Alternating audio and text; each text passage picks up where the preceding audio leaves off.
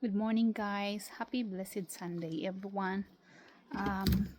For today's video tayo ay mag-harvest ng sitaw kasi tayo ay magsisinigang na baboy.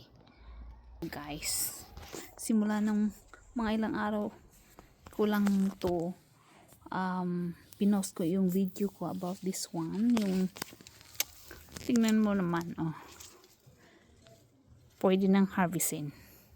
Tapos ang hahaba pa. Grabe guys, ang hahaba.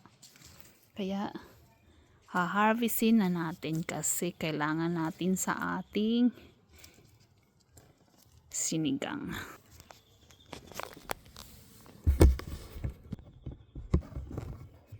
Ito. Grabe ang haba. Grabe, pang ilang araw lang ko tong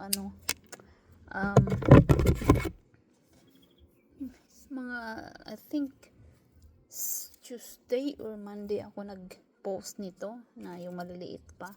Tapos ngayon i-harvest na. Ito lang yung in-harvest ko guys, para kung ano lang kailangan ko, ito lang yung in-harvest ko. Meron tayong sitaw, pero meron pa doon, di ko naman kinuha. Tapos talong, tapos yung mga kamatis, tapos ito.